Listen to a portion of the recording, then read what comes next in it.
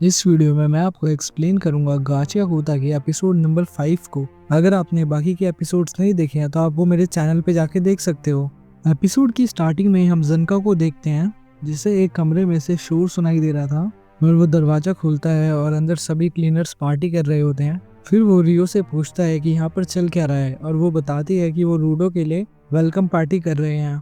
वो देखता है कि रूडो एक टेबल पर सिर नीचे करके बैठा हुआ था। रियो बताती है कि कल की फाइट में वो अपनी पावर यूज नहीं कर पा रहा था, इसलिए उसका मूड खराब है। फिर जनका फाइट के बारे में पूछता है और रियो बताती है कि उनका सामना एक बड़े से कचरा मॉन्स्टर से हुआ था, लेकिन उसका कोर एनीमा नहीं था बल्कि एक ऑब्जेक्ट था और वो किसी का वाइटल इंस्ट्रूमेंट था और उससे बना मॉन्स्टर काफी ज्यादा स्ट्रॉन्ग था। और ये बात जानकर इनका दिमाग खराब हो गया था, तो ये वापस आकर पार्टी करने लगे और थोड़ी देर में एंजिन और सैम्यू भी यहाँ पर आने वाले हैं। और इधर रूडो के पास ग्रिस आता है और उससे बोलता है कि तुमने अच्छा काम करा कल और तुमने फोलो की जान भी बचाई, तो फिर मुंह लटका के क्यों बैठे हो।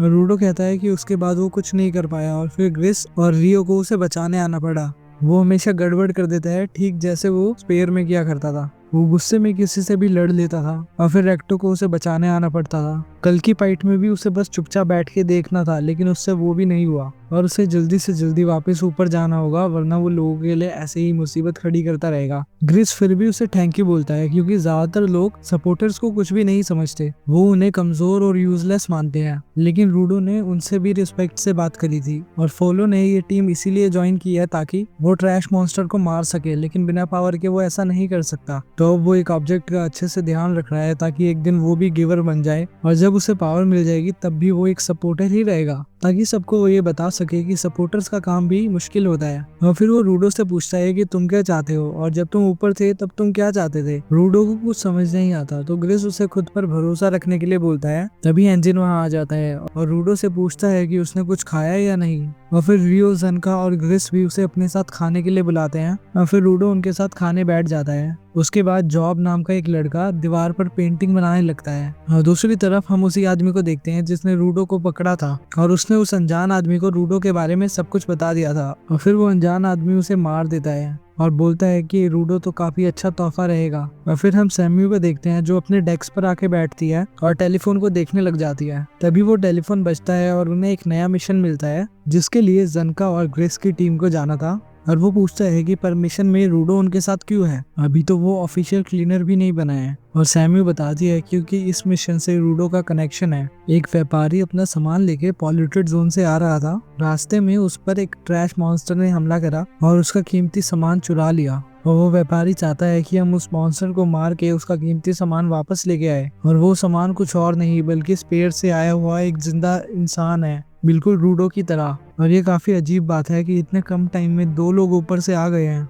और तभी उसे लगा क्या पता रूडो उस नए स्फीरॉइड से मिलना चाहता हो ताकि उसे ऊपर जाने का कोई क्लू मिल जाए। रूडो सोचता है कि वो अपनी पावर को यूज करना नहीं जानता है और वो बाकी लोगों पे बोझ ही बनेगा, लेकिन वो इतना बड़ा मौका हाथ से नहीं जाने देगा, तो वो भी इस मिशन पे जाएगा। और सैम्यू बताती है कि वैसे तो मैं इस काम के लिए एंजिन को भेजने वाली थी, लेकिन वो अभी कहीं गया है और उसी ने बोला है कि मेरी जगह जनका को भेज दो। जो सुन के जनका बहुत खुश हो जाता है और इसके बाद ये लोग मिशन पर निकल पड़ते हैं। और रूडो ग्रिस से पूछता है कि वो अपने साथ कोई वेपन क्यों नहीं रखता, जिस पर ग्रिस कहता है कि उसके दोनों हाथ ही काफी है। फिर दूसरा बंदा बताता है कि ग्रिस अपने साथ एक पेंडेंट रखता है और मिशन पे जाने से पहले उससे पूजा करता है ताकि वो लोग सेफ रहे। और ग्रिस कहता है कि ये तो मुझे काफी सस्ते में मिल गया था और प्रे करने में किसी का नुकसान तो नहीं है। तभी उनके पीछे एक लड़का आ जाता है और बोलता है कि वही वो व्यापारी है जिसने उन्हें मिशन के लिए बुलाया है। और रूडो उससे क्वेश्चंस करने लगता है कि वो स्पिरिट कैसा दिखता था, उसने कुछ बताया था या नहीं। और वो बंदा कहता है कि वो बेहोश था तो उसने कुछ नहीं पूछा और इन्हें जल्दी उसे ढूंढ के ट्रैश मॉन्स्टर से बचा लेना चाहिए। और रूडो पूछता है तुम उसे बेचने का तो नहीं सोच रहे ना। और वो बंदा कहता है बिल्कुल नहीं, बल्कि उसे तो उसकी चिंता है। और जनका मन में सोचता है कि कोई ट्रैश मॉन्स्टर किसी इंसान का किडनैप क्यों ही करेगा, यहाँ कुछ तो गड़बड़ लग रही है। वो बंदा उन्हें एक बिल्डिंग दिखाता है और कहता है मॉन्स्टर इसी के अंदर गया था। ये लोग अब उस बिल्डिंग के अंदर जाते हैं और तभी इन्हें कुर्सी पर कोई बैठा हुआ दिखाई देता है और वो बंदा उन्हें पीछे से धक्का देने लगता है कि वही वो स्पिरिट है, जल्दी से उसे जाके बचा लो। और वो पास जाके देखते हैं कि वो कोई इंसान नहीं है, वो एक डॉल है। तभी इनके नीचे की जमीन टूट जाती है और ये लोग बेसमेंट में जाके गिर जाते हैं और ये सब रियलिटी में एक ट्रैप था और वो बंदा भी मिट्टी बन के पिघल जाता है। तभी वहाँ पर 2 लोग आते हैं और जनका समझ जाता है कि ये जाल इन रेडर्स ने बिछाया है और इन लोगों को रूडो चाहिए। और ग्रिस रूडो को बताता है कि रेडर्स गुंडे लोगों का ग्रुप है और शुरू में ये छोटी मोटी चोरी किया करते थे, लेकिन आजकल ये लोग कुछ ज्यादा ही खतरनाक चीजें करते हैं। और दिक्कत यही है कि रेडर्स में सब लोगों के पास पावर है, यानी कि वो सब गिवर होते हैं। ग्रिस बाकी लोगों से कहता है कि यहाँ से निकलने का रास्ता ढूंढो और वो रूडो को प्रोटेक्ट करेगा और रेडर्स को जनका संभाल लेगा। और फिर ये लोग यहाँ से भागने लगते हैं और रूडो कहता है कि वो उन गुंडों से लड़ सकता है। तो ग्रिस बताता है कि ये उन किडनैपर्स जैसे नहीं है, ये बहुत पावरफुल होते हैं, इन्हें बस यहाँ से भागने पर फोकस करना चाहिए। और इधर जनका पूछता है कि तुम सब उस स्पेराइट के पीछे क्यों पड़े हुए हो, ऊपर से आए लोग इतनी ज्यादा कीमत में बिकते हैं क्या? और एक रेडर बोलती है कि हम लोग उसे बेचना नहीं चाहते हैं, बल्कि ऊपर की दुनिया के बारे में जानना चाहते हैं, और इस बारे में रूडो से ज्यादा कौन बता पाएगा, जैसे कि वो बॉर्डर पार करने के बाद भी जिंदा कैसे बच गया। और जनका सोचता है कि आखिरकार ये बॉर्डर क्या चीज है। खैर, और ये सारा जाल रूडो को पकड़ने के लिए बनाया गया था। इसके बाद यहाँ मिट्टी की बनी कुछ डॉल्स आ जाती है और जनका समझ जाता है कि ये किसी रेडर की पावर है और उसी ने ही फ्लोर को गायब करके उन्हें नीचे गिराया है।